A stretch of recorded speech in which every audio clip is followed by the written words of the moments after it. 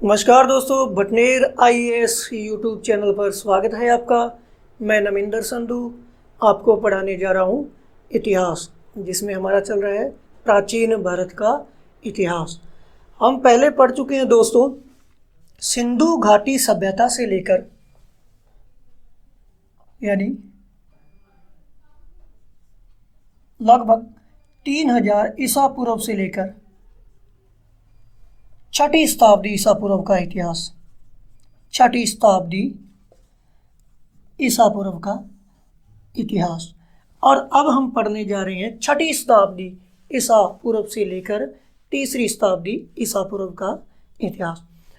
इस युग को सूत्रकाल भी कहा जाता है, महान हलचल का काल भी कहा जाता है, परिवर्तन का काल भी कहा जाता है, बौद्ध युग के नाम से भी जाना जाता है, प्राक मौर्य युग के नाम से भी जाना जाता है और महाजनपद काल भी कहा जाता है। इससे पहले हमने देखा है भारतीय संस्कृति के विकास का जो इतिहास है हमने पढ़ा है, लेकिन ये जो छठी शताब्दी ईसा पूर्व से लेकर तीसरी शताब्दी ईसा पूर्व का काल है, ये भारतीय इतिहास में राजनीतिक विकास को दर्शाता है। भारतीय इतिहास में राजनीतिक इतिहास का जो प्रारंभ है महाजनपद काल से होता है। तो आइए हम आज इस कालखंड को पढ़ेंगे। सबसे पहले देखेंगे हम इस महाजनपद काल में परिवर्तन क्या क्या होते हैं। इस बौद्ध युग में परिवर्तन क्या क्या होते हैं। सबसे पहले देखेंगे हम राजनीतिक परिवर्तन। राजनीतिक परिवर्तन, जो राजनीतिक क्षेत्र है इसमें क्या क्या परिवर्तन होते हैं, क्योंकि सांस्कृतिक इतिहास है, जो सांस्कृतिक विकास का इतिहास हम पढ़ चुके हैं। तो आज हम देखेंगे इसमें, जैसे हम देखेंगे राजनीतिक इकाई में सबसे पहले हमने देखा था जन, क्योंकि ऋग्वेद काल में राजनीति की सबसे छोटी, प्रशासन की सबसे छोटी इकाई कुल रहती है और सबसे बड़ी रहती है जन। और उत्तर वैदिक काल में आते आते ये जनपद हो जाती है, जनपद हो जाती है। लेकिन छठी शताब्दी ईसा पूर्व में आकर यह राजनीतिक इकाई है जो सबसे बड़ी महाजनपद काल, महाजनपद कहलाती है। और इन महाजनपदों की हमें सर्वप्रथम जानकारी या इसका सर्वप्रथम उल्लेख कहाँ से मिलता है उसके बारे में हम देखेंगे। अंगुत्तर निकाय, अंगुत्तर निकाय जो कि एक बौद्ध ग्रंथ है, जो कि एक बौद्ध ग्रंथ है। और दूसरा भगवती सूत्र, भगवती सूत्र ये क्या है, जैन ग्रंथ है। इन साहित्यों से हमें उत्तर भारत में 16 महाजनपदों की जानकारी मिलती है। कितनी महाजनपदों की जानकारी मिलती है? 16 महाजनपदों की जानकारी मिलती है। और इस काल में जो सबसे बड़ा परिवर्तन होता है, जो सबसे बड़ा परिवर्तन है यानी कि महत्वपूर्ण परिवर्तन होता है इस क्षेत्र में, वो होता है राजनीतिक के क्षेत्र में सबसे बड़ा परिवर्तन होता है। इसमें हम देखेंगे केंद्रीय सत्ता का अभाव रहता है। उत्तर भारत में केंद्रीय सत्ता का अभाव रहता है, क्योंकि जितने भी महाजनपद थे ये अलग अलग शासकों द्वारा शासित होते थे तथा अलग अलग शासकों द्वारा शासित होते थे। और यहाँ पर विकेंद्रीकरण का जो दृश्य हमें देखने को मिलता है, विकेंद्रीकरण था, विकेंद्रीकरण रहता है। और उसके बाद, क्योंकि यहाँ पर कोई केंद्रीय सत्ता नहीं थी, कोई एक सम्राट नहीं था उत्तर भारत में इस काल में, महाजनपद काल में। दूसरा है साम्राज्यवादी प्रवृत्ति का उदय, साम्राज्यवादी प्रवृत्ति का उदय। ये जो 16 महाजनपद थे, 16 महाजनपद थे, हम देखेंगे कि ऋग्वैदिक काल में क्या होता है, जन होते हैं, जन। इस प्रकार से जन, ये क्या थे, ऋग वैदिक काल में जन थी। और उत्तर वैदिक काल में इन जनों ने मिलकर, ये जो कबीले थे, यानी कि एक से अधिक कबीले मिलते थे, तो वो क्या कहलाते थे, जनपद। उत्तर वैदिक काल में ये जनपद कहलाने लगे। इस प्रकार से जनपद बन गए। लेकिन 6ठी शताब्दी ईसा पूर्व में जैसे ही हम देखते हैं कि उत्तर वैदिक काल में हम देखते हैं कि लोहे का प्रयोग होना शुरू हो गया था, लेकिन जो महाजनपद काल है, इस काल में जो लोहे का प्रयोग है वो बड़े पैमाने पर होने लगा, व्यापक रूप से होने लगा। बड़े पैमाने पर लोहे का प्रयोग होने लगा, लोह प्रयोग होने लगा। और यहाँ पर अर्थव्यवस्था भी अधिशेष हुई, और ये जो जनपद थे इनमें समृद्धि की एक प्रकार से लहर आई, तथा इनकी सीमाएं आपस में टकराने के कारण इनकी जो साम्राज्य बढ़ाने की जो महत्वाकांक्षा रहती थी वो बढ़ने लगी, तथा एक दूसरे पर ये आक्रमण करने लगे। और ये कबीले थे जो महाजनपद थे, जनपद थे, ये संघर्षरत रहने लगे। ये क्या थे, संघर्षरत रहते थे।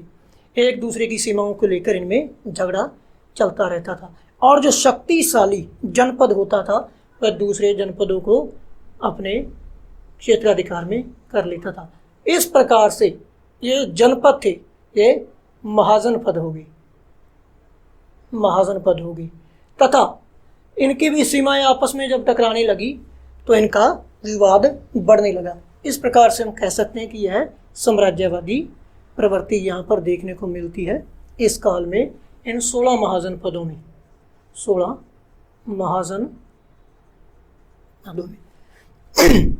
दूसरा हम यहाँ पर देखेंगे, हमें राजतंत्र प्रणाली देखने को मिलती है। राजतंत्र प्रणाली,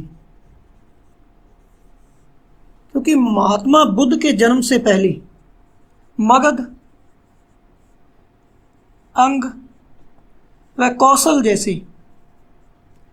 जैसे जो राज्य थी, जो महाजनपद थे, वो महात्मा बुद्ध के जीवन से पूर्व विद्यमान थे।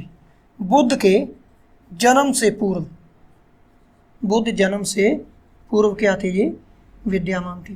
तथा यहाँ पर जो शासन होता था, यहाँ का जो शासक होता था वो का क्या होता था, वंशानुक्रम होता था, वंशानुक्रम शासक होता था।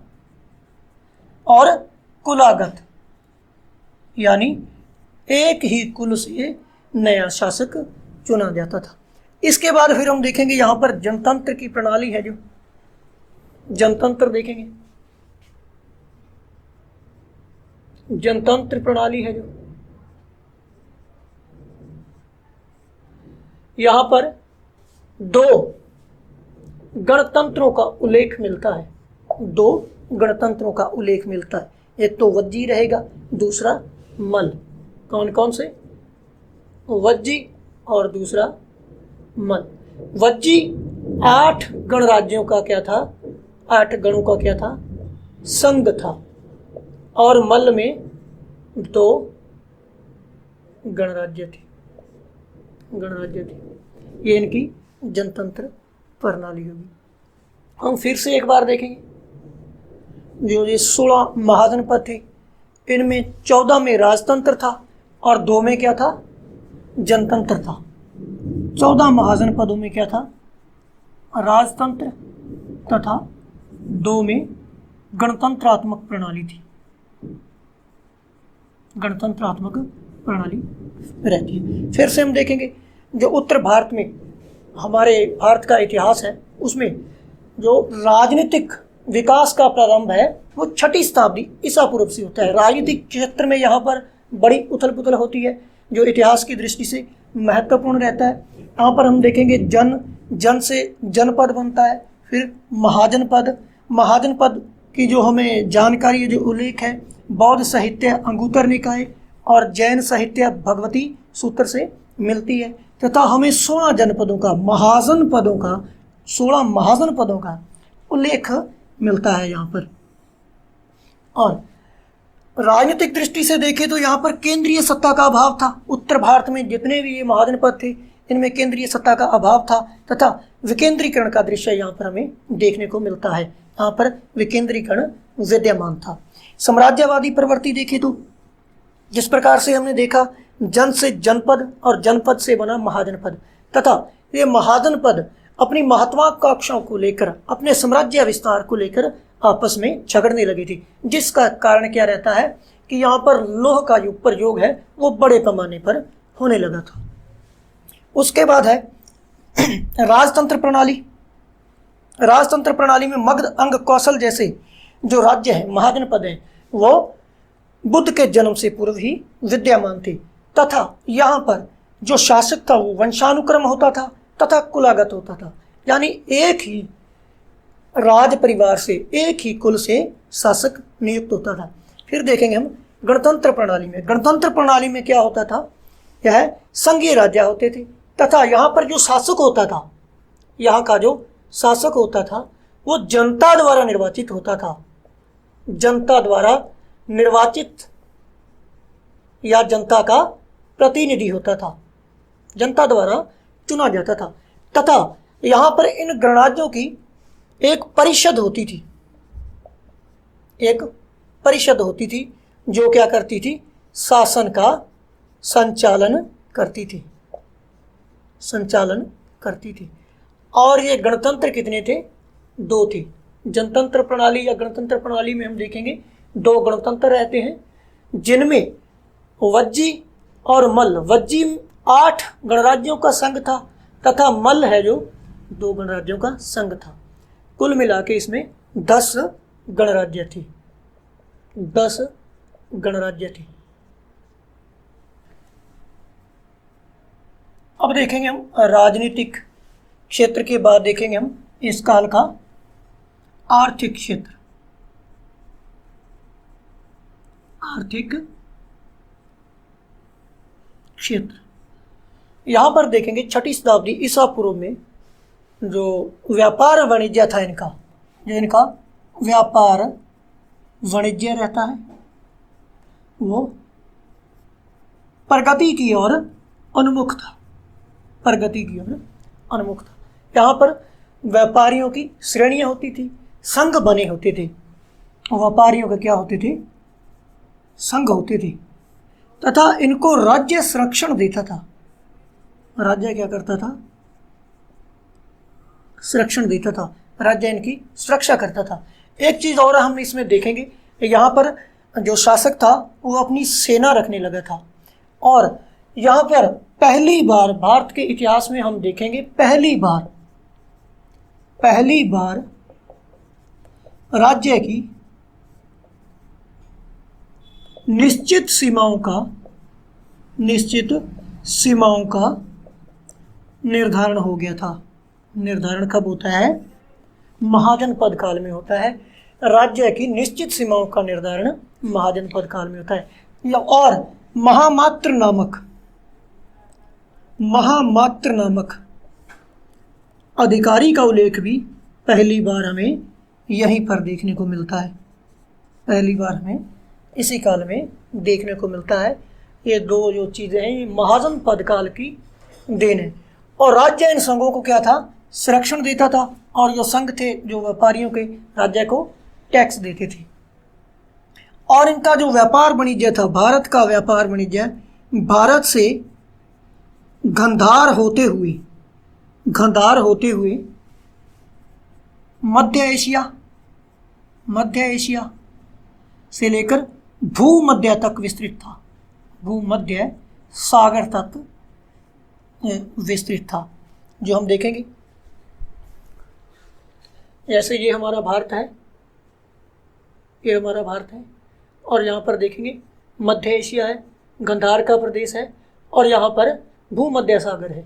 यहाँ पर दक्षिणी अफ्रीका है, दक्षिण अफ्रीका का क्षेत्र रहता है।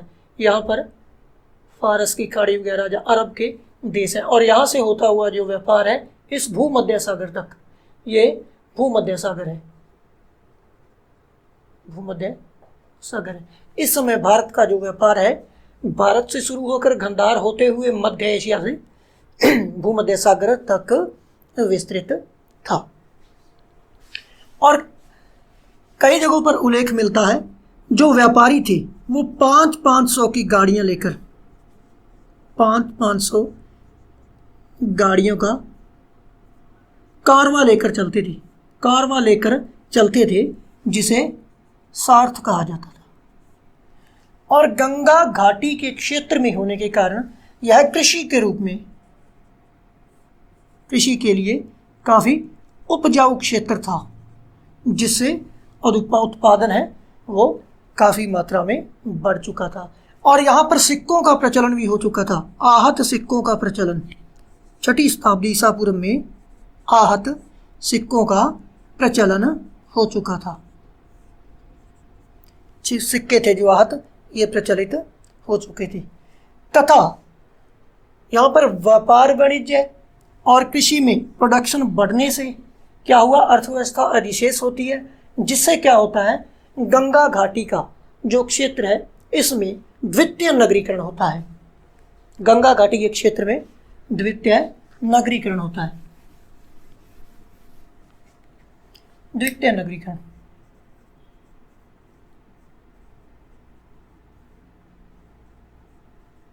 द्वितीय नगरीकरण होता है गंगा घाटी के क्षेत्र में। तो पहला नगरीकरण था जो सिंधु नदी घाटी के क्षेत्र में था। पहला नगरीकरण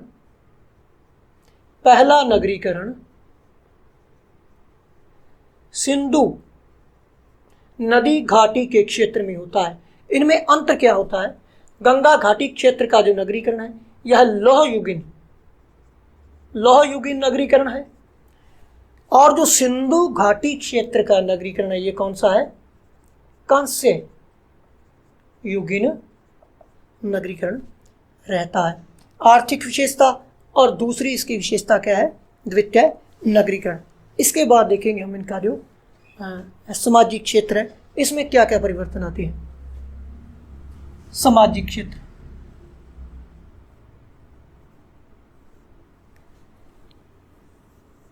सामाजिक क्षेत्र में होने वाले परिवर्तन।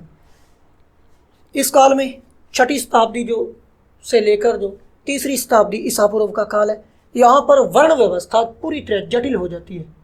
वर्ण व्यवस्था जटिलता प्राप्त कर लेती है तथा पहली बार जाति प्रथा का जो उल्लेख है हमें इसी काल में मिलता है।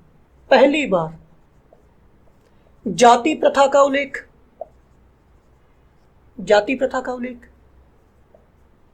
सती प्रथा यहाँ पर नहीं थी, ना ही यहाँ पर प्रदा प्रथा थी। पर्दा प्रथा यहाँ पर रहती है, ये दोनों प्रथाएं यहाँ पर नहीं थी। लेकिन जाति प्रथा हमें यहाँ पर पहली बार देखने को मिलती है, जो इस युग की देन है। और छुआछूत का, छुआछूत है, अस्पृश्यता का भी उदय यहाँ पर हो जाता है। उदय यहाँ पर होता है। जाति प्रथा, छुआछूत, अस्पृश्यता का यहाँ पर उदय हो जाता है। अगर इनमें जो वर्ण व्यवस्था है, जाति प्रथा है, इसमें कई विशेषताएं हमें देखने को मिलती है। कई जातक ग्रंथों में इनका हमें उल्लेख मिलता है, तो उनमें हम देखेंगे मतंग जातक में एक कथा मिलती है। मतंग जातक से एक कथा मिलती है। उस कथा में एक ब्राह्मण एक चंडाल से भयभीत होकर उसके आगे आगे दौड़ता है ताकि उसको वो छू ना ले, ताकि वो अस्पृश्य व्यक्ति जो शूद्र है वो उसको छू ना ले, नीची कैटेगरी का है। इसलिए वो ब्राह्मण भय से भयभीत होकर इस चंडाल से दूर भागता है, जिससे पता चलता है कि यहाँ पर जाति प्रथा और छुआछूत का बहुत ही बड़ा बोलबाला रहता है। और एक हमें मिलता है चित्त संभूत जातक ग्रंथ से हमें एक कथा मिलती है जिसमें दो चंडाल, एक कुलीन महिला जो कि मंदिर की तरफ जा रही थी, मंदिर में पूजा अर्चना के लिए जा रही थी, और उसके रास्ते में दो चंडाल आ जाते हैं और वह बेचारे बुरी तरह पिटते हैं क्योंकि वो इसके रास्ते में आगे थे और जो इनके पास मिष्ठान के रूप में एक प्रसाद था वो मंदिर के लोगों को वितरित नहीं हो पाया, और जो मंदिर के पास जो लोग थे वो इस प्रसाद से वंचित हो गए, जिसकी वजह से इनकी बुरी तरह से पिटाई होती है, जिससे हमें प्रतीत होता है कि यहाँ पर जाति प्रथा और अस्पृश्यता है जो अपने चरमोत्कर्ष पर आ गई थी। और स्त्रियों की स्थिति में यहाँ पर हमें काफ़ी गिरावट देखने को मिलती है। स्त्रियों की स्थिति में जो स्त्रियों की स्थिति है इसमें गिरावट देखने को मिलती है। इस युग में महाजन पद का जो काल है, बौद्ध युग का काल है, इसमें एक जगह पर बुद्ध भी कहते हैं कि स्त्रियों का धर्म में आना वंचित है, क्योंकि जिस धर्म में स्त्री का प्रवेश होता है वह धर्म पतन की ओर अग्रसर हो जाता है, उसका पतन निश्चिंत हो जाता है।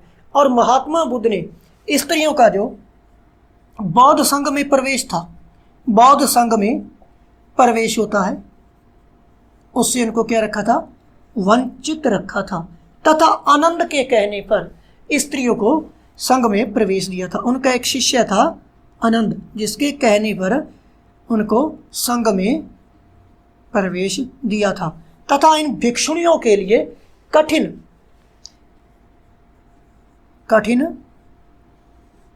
नियम भी बनाए गए थे। दूसरी ओर देखेंगे हमें एक जगह पर एक विदुषी महिला जयंती, यानी एक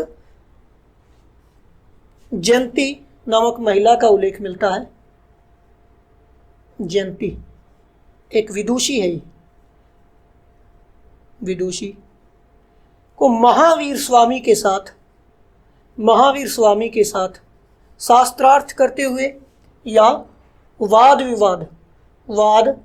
विवाद की स्थिति में प्रस्तुत किया गया है, या इसका उल्लेख मिलता है, जिससे पता चलता है कि वो प्रमाणित करता है कि यहाँ पर अभी स्त्रियों को शिक्षा का अधिकार रहता है। फिर से हम देख लेंगे यहाँ की जो सामाजिक दशा है उनमें हम देखेंगे, पहले देखेंगे आर्थिक क्षेत्र में व्यापार वाणिज्य प्रगति की ओर उन्मुख था, तथा यहाँ पर श्रेणियाँ होती थी, उनके संघ होते थे व्यापारियों को, और जिनको राज्य क्या था, संरक्षण देता था। भारत का व्यापार गंधार से होते हुए मध्य एशिया से होकर भूमध्य सागर तक विस्तृत था, और कहीं कहीं पर हमें उल्लेख मिलता है कि 500 गाड़ियों का कारवां एक साथ चलता था, तथा इसे सार्थ या सार्थवाह कहा जाता था। और गंगा घाटी का क्षेत्र उपजाऊ होने के कारण कृषि के लिए काफ़ी महत्वपूर्ण था, और आहत सिक्कों का प्रचलन भी हमें यहाँ पर देखने को मिलता है।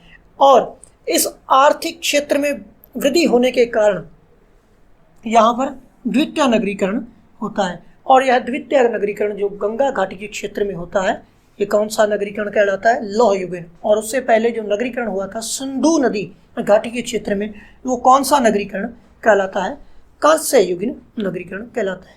और इनकी सामाजिक व्यवस्था हम देखेंगे, वर्ण व्यवस्था जटिल हो चुकी थी, और पहली बार जाति प्रथा का उल्लेख हमें यहाँ पर देखने को मिलता है। यहाँ पर सती प्रथा का उल्लेख नहीं था, पर्दा प्रथा का उल्लेख नहीं था, लेकिन पश्चिमोत्तर भारत में, ये मान लीजिए भारत है इस प्रकार से, पश्चिमोत्तर भारत में यूनानियों द्वारा सती प्रथा का उल्लेख किया गया है। पश्चिमोत्तर भारत का ये जो क्षेत्र है, इसमें यूनानियों द्वारा, जो यूनानी लेखक थे, इनके द्वारा सती प्रथा का उल्लेख किया गया है, क्योंकि भारत में जितने भी आक्रमण होते हैं इसी कोने से होते हैं, पश्चिमोत्तर भारत की तरफ से होते हैं। तो हो सकता है यूनानी लेखकों के अनुसार यहाँ सती प्रथा का प्रचलन हो, लेकिन ये यूनानी लेखकों के अनुसार रहता है। और छुआछूत अस्पृश्यता है जो काफ़ी बड़े पैमाने पर हो गई थी।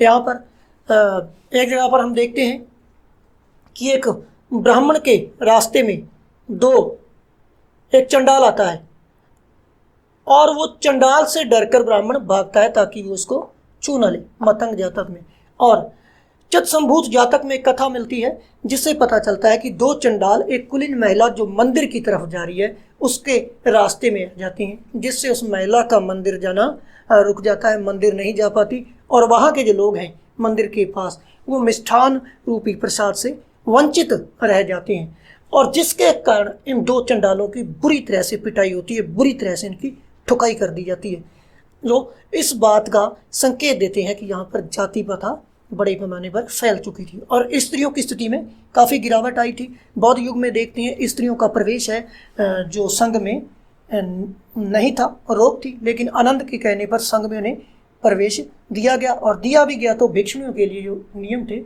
वो काफ़ी कठिन बना दिए जाते हैं। और एक जगह पे हमें जयंती वदुषी द्वारा महावीर स्वामी के साथ वाद विवाद का वर्णन मिलता है जिससे पता चलता है कि यहाँ पर स्त्रियों का कुछ आदर भी था और उन्हें शिक्षा का भी अधिकार भी था। अब हम देखेंगे महाजन पद और उनकी राजधानी और उनकी कुछ जो विशेषताएं हैं। सबसे पहले हम देखें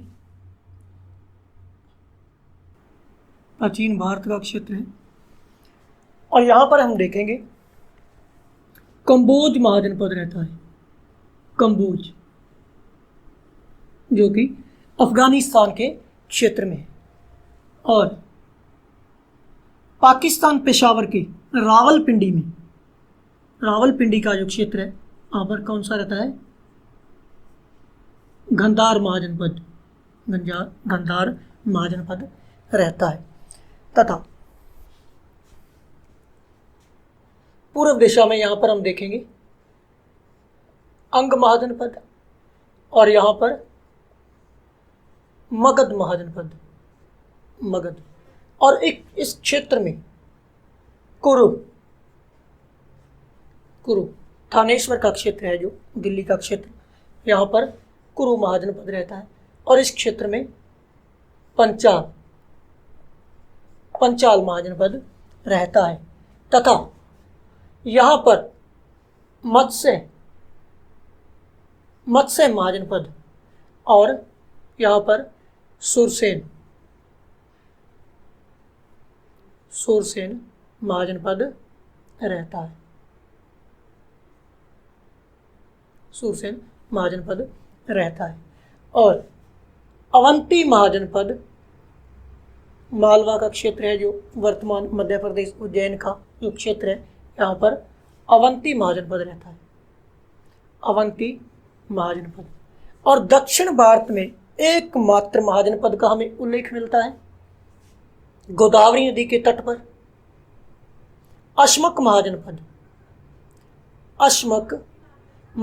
का उल्लेख मिलता है गोदावरी नदी के तट पर, जो कि दक्षिण भारत का एकमात्र महाजन पद था, एकमात्र महाजन पद रहता है। अगर इनकी दिशाओं की बात करें तो उत्तर, दक्षिण, पूर्व और पश्चिम। दक्षिण में अश्मक महाजन पद जिसकी राजधानी पोटली या पैटर्न रहती है और पूर्व में अंग महाजन पद था, सबसे पूर्वी महाजन पद था जो कौन सा था? अंग महाजन पद था जिसकी राजधानी थी चंपा। और पश्चिम का जो महाजन पद रहता है वो रहता है अवंती, सबसे पश्चिमी महाजन पद था अवंती जिसकी राजधानी थी उज्जैनी या महिष्मती। और पश्चिमोत्तर क्षेत्र में हम देखेंगे कंबोज महाजन पद रहता है। ये रहती है महाजन पदों की दिशाएं। और हम देखेंगे इनकी राजधानी कौन सी थी, धीरे धीरे इनका विशेषता क्या थी। और ये महाजनपद है जो गंगा घाटी के क्षेत्र में, इनका जो ज़्यादा घनत्व है, इनकी ज़्यादा संख्या है, जो यहाँ पर गंगा घाटी के क्षेत्र में इनका बसाव है जो ज़्यादा रहता है। जो कंबोज है इसकी राजधानी राजपुर या हाटक रहती है। फिर से देखेंगे हम, उत्तर पश्चिम क्षेत्र में, भारत के उत्तर पश्चिम क्षेत्र में कंबोज रहता है जिसकी राजधानी हाटक रहती है, और अवंती सबसे पश्चिमी जिसकी राजधानी उज्जैनी व महिष्मती रहती है, और दक्षिण भारत का एकमात्र गोदावरी नदी के तटमक पोटन जिसकी राजधानी है, कौन सा महाजनपद रहता है? अश्मक रहता है। और सबसे पूर्वी अंग महाजनपद जिसकी राजधानी चंपा रहती है। और प्रश्न लगभग यहीं से पूछा जाता है। और एक प्रश्न और, मत्स्य जो महाजनपद है यह भी मरुस्थल महाजनपद कहलाता है जिसकी राजधानी रहती है विराटनगर।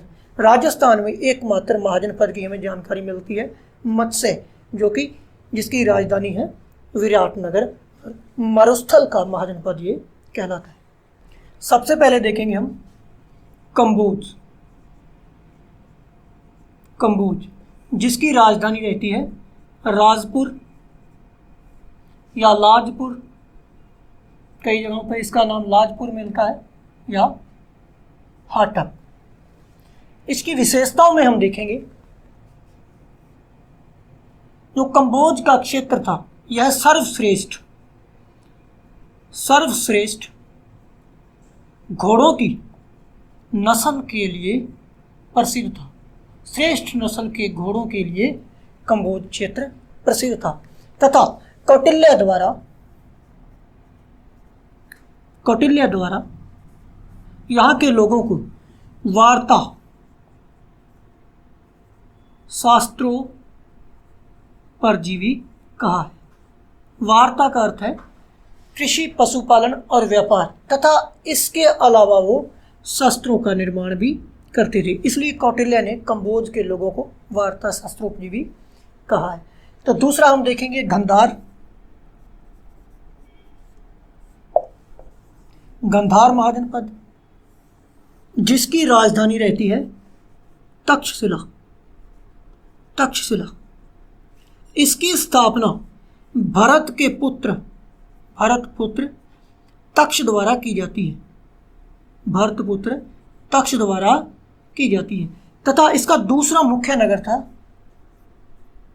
पुष्कलावती जिसकी स्थापना गंधार के शासक पुष्करिन या पक्कुसाती द्वारा की जाती है।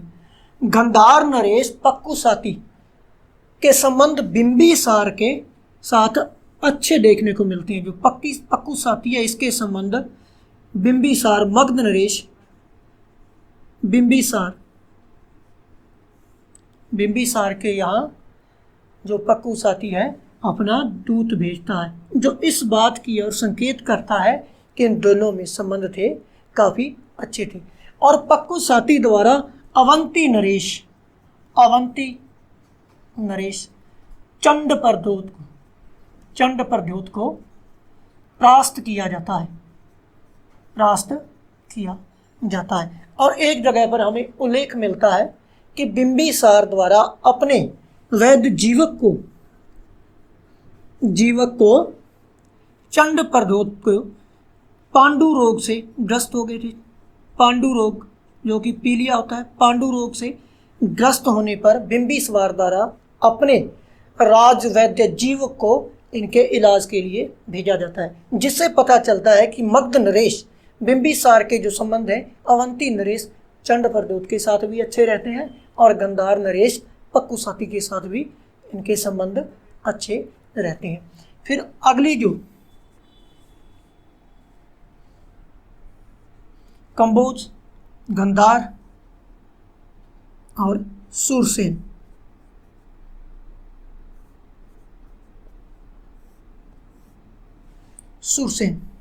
इसकी राजधानी थी मथुरा, जिसे यूनानियों द्वारा मथुरा भी कहा गया। मेथोरा भी कहा गया है। यूनानियों द्वारा इसे क्या कहा गया है? मोथेरा भी कहा गया। और यहाँ का जो बुद्ध के समकालीन शासक था, बुद्ध का समकालीन शासक अवंतीपुत्र रहता है, अवंतीपुत्र, जो कि चंड प्रद्योत का दोहितर था, चंड प्रद्योत का दोहितर रहता है, दोहितर था, और यह बुद्ध का समकालीन था। चौथा हम देखेंगे कुरु। कुरु की राजधानी इंद्रप्रस्थ रहती है, इंद्रप्रस्थ रहती है, तथा इसकी महाभारतकालीन राजधानी, महाभारतकालीन जो राजधानी है वो कौन सी रहती है? हस्तिनापुर। हस्तिनापुर इसकी महाभारतकालीन राजधानी रहती है। एक कथा में हमें पता चलता है, उल्लेख मिलता है कि हस्तिनापुर में बाढ़ आ जाती है और यहाँ का जो शासक है निचक्षु द्वारा जो अपनी राजधानी है वो परिवर्तन कर कौशांबी कर दी जाती है, कौशांबी कर दी जाती है। फिर से हम देखेंगे कंबोज महाजनपद, जिसकी राजधानी लाजपुर या हाटक रहती है, तथा यह श्रेष्ठ नस्ल के घोड़ों के लिए प्रसिद्ध रहता है। और कौटिल्य द्वारा कंबोज के लोगों को वार्ता शास्त्रोपजीवी कहा गया है। इसके बाद देखेंगे गंधार, जिसकी राजधानी तक्षशिला रहती है, और भरतपुत्र तक्ष द्वारा इसकी स्थापना किए जाने का उल्लेख मिलता है। और दूसरा जो मुख्य नगर था गंधार का, उसका नाम पुष्कलावती मिलता है, और जिसकी स्थापना पुष्करिन शासक या पक्कूसाती द्वारा की जाती है, तथा इस पक्कूसाती द्वारा बिंबिसार, मगध नरेश बिंबिसार के यहाँ अपना दूत भेजा जाता है, तथा अवंती नरेश चंड प्रद्योत को परास्त करने का उल्लेख भी यहाँ पर हमें मिलता है।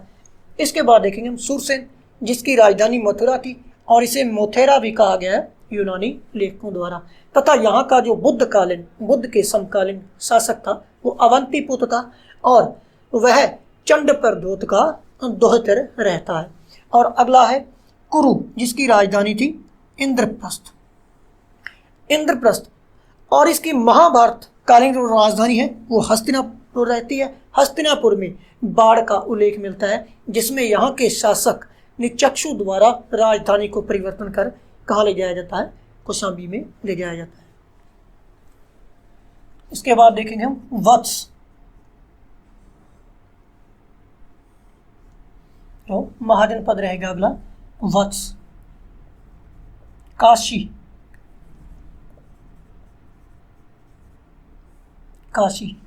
मगध और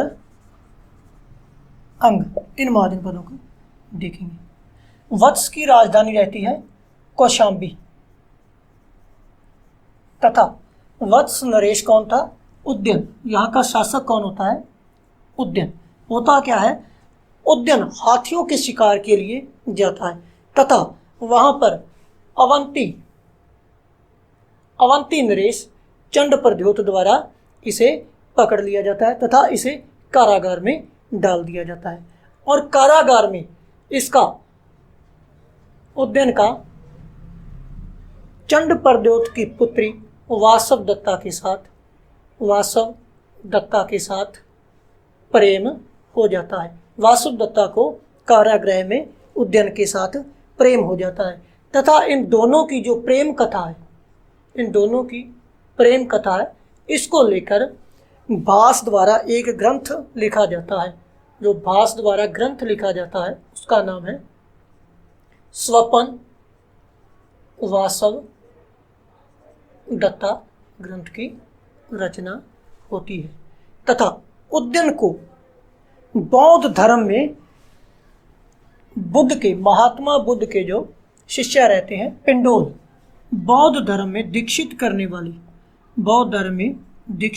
वाले पिंडोल थे, जो महात्मा बुद्ध के शिष्य थे। इसके बाद देखेंगे हम काशी, अगला जो महाजनपद है, जिसकी राजधानी रहती है वाराणसी, तथा यहाँ का सबसे शक्तिशाली शासक जो है वो कौन सा रहता है? ब्रह्मदत्त यहाँ का सबसे शक्तिशाली शासक रहता है। तथा काशी का एक समय मगध,